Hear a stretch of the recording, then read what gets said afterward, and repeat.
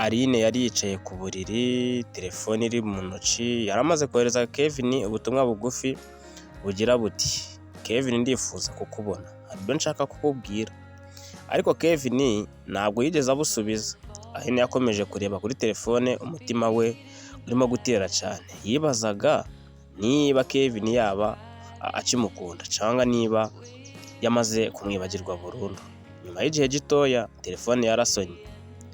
Aline ahita yifata yihuta yibwira ko ari Kevin wenda waba amwandikiye cyangwa se akaba amuhamagaye. Ariko Aline akimara gufata telefone yasanze SMS ari ya Sandrine inshuti ye. Sandrine SMS yamwandikiye avuga iti ejo tuzajyana hamwe mu mujyi njye nawe. Aline aramusubiza ati sinzi, ndumva nshaka kubanza kuvugana na Kevin. Sandrine ahita amubaza ati Kevin uwo mukene se? Aline araceceka. Arangije aravuga ati aya magambo uvuze arambabaje cyane. Yahise yibuka ko nawe ubwe ariyo magambo yakoreshaga igihe yakundanaga na Kevin. Yaribajije ati kuki namwise umukene nkaho nyine umukene agira icyaha. Bageze ku ishuri, bukeye bwaho Aline yageze ku ishuri mu gitondo cya kare yicaye ahantu Kevin yakundaga kwicara. Hashize akanya Kevin arahagera. Yari yambaye uniform, afite igikapu agihetse mu mugongo. Aramubona, Aline arahaguruka. Aline aravuga ati Kevin ndashaka ko tuganira. Kevin aramureba. Arangije aramubwira ati ngaho vuga. Aline arahumeka gatoya cyane. Aline arangije aravuga ati nzi ko nakubabaje. Kevin ntiyagira ikintu avuga. Aline arongera aravuga ati nakubwiye amagambo mabi agusuzugura kubera ko wari umukene. Ubu ngubu ndimo ndicuza amagambo navuze imbere yawe. Kevin aramubaza ati kuki wicuza? Aline araceceka. Ntiyarashoboye guhita nyine amusubiza. Kevin arongera ati nukubera iki ucinkunda? Cyangwa nukubera ko ubu ubona ko nshobora kugira icyo nanjye nageraho nk'umuntu?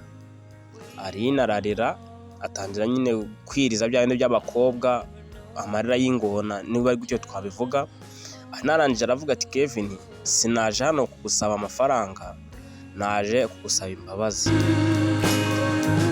Kevin araceceka. Aline arakomeza aramubwira ati naribeshye, nakundaga kureba ibyo umuntu wenda afite aho kureba mu mutima we. Kevin aramureba, aramwitegereza, amureba mu maso igihe kinini.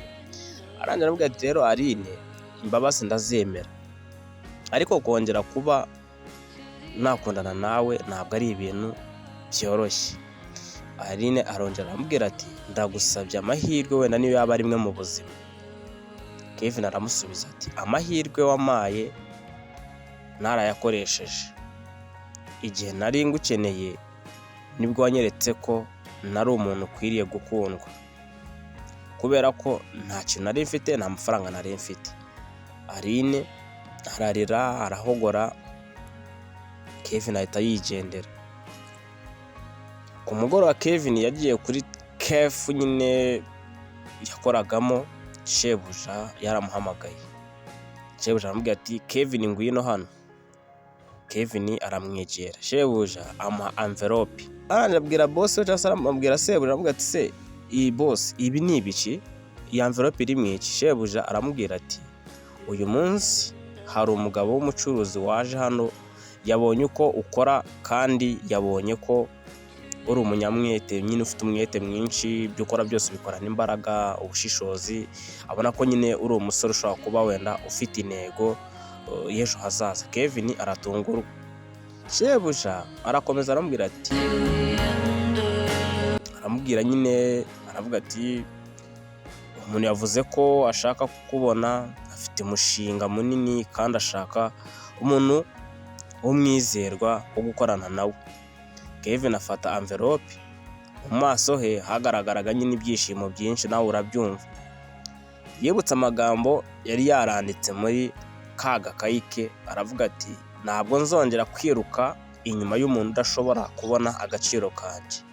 ngiye kwiruka inyuma y'inzozi zanjye. Ku rundi ruhande Aline na Brian, ku rundi ruhande Aline na Brian, Aline yari atangiye noneho kureba Brian, yari afite ikintu gikomeye ashaka kumubwira. Aline aravuga ati Brian, hari ikintu nshaka kukubaza. Brian aramubwira ati ngaho mbwira. Aline aramubaza ati se urankunda koko? Brian araseka, arongera aramusubiza ati kuki ubimbajije? Aline aramusubiza ati ndashaka kumenya niba ibyo dufitanye ari urukundo cyangwa se uko tumeranye ari urukundo. Brian aramusubiza ati Aline, kuki ibyo bintu bitekerezaho cyane? Ntabwo mfite umwanya wo gukina filime z'urukundo. Uwo ngo ari Brian asubiza Aline. Aline yahise amenya ko Brian atari umuntu yari yaratekerejeho. Yibutse Kevin yari afite imodoka, yari afite amafaranga menshi, yari afite imyenda ihenze, ariko yari afite byibuze umutima w'urukundo, akunda by'ukuri. Aline yahise agenda, ageze mu rugo aricara ararira, aravuga ati Kevin yari afite urukundo, njye narwangiye wenda nkanga kubera ubukene bwe, ariko yari afite urukundo.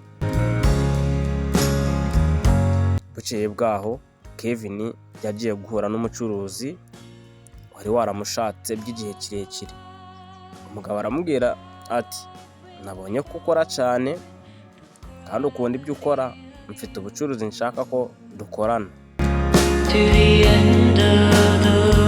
Kevin aramubaza ati ariko njyewe nta mafaranga mfite. Umugabo araseka ariko we arangira aravuga ati sinshaka amafaranga yawe, nshaka ubunyangamugayo bwawe n'umurava byawe. Kevin araceceka. Ayo magambo yamukoze ku mutima, nuko bemeranya gutangirana gukorana imishinga. Kevin yaragiye kubona amahirwe atigeze atekereza ko ashobora kubaho.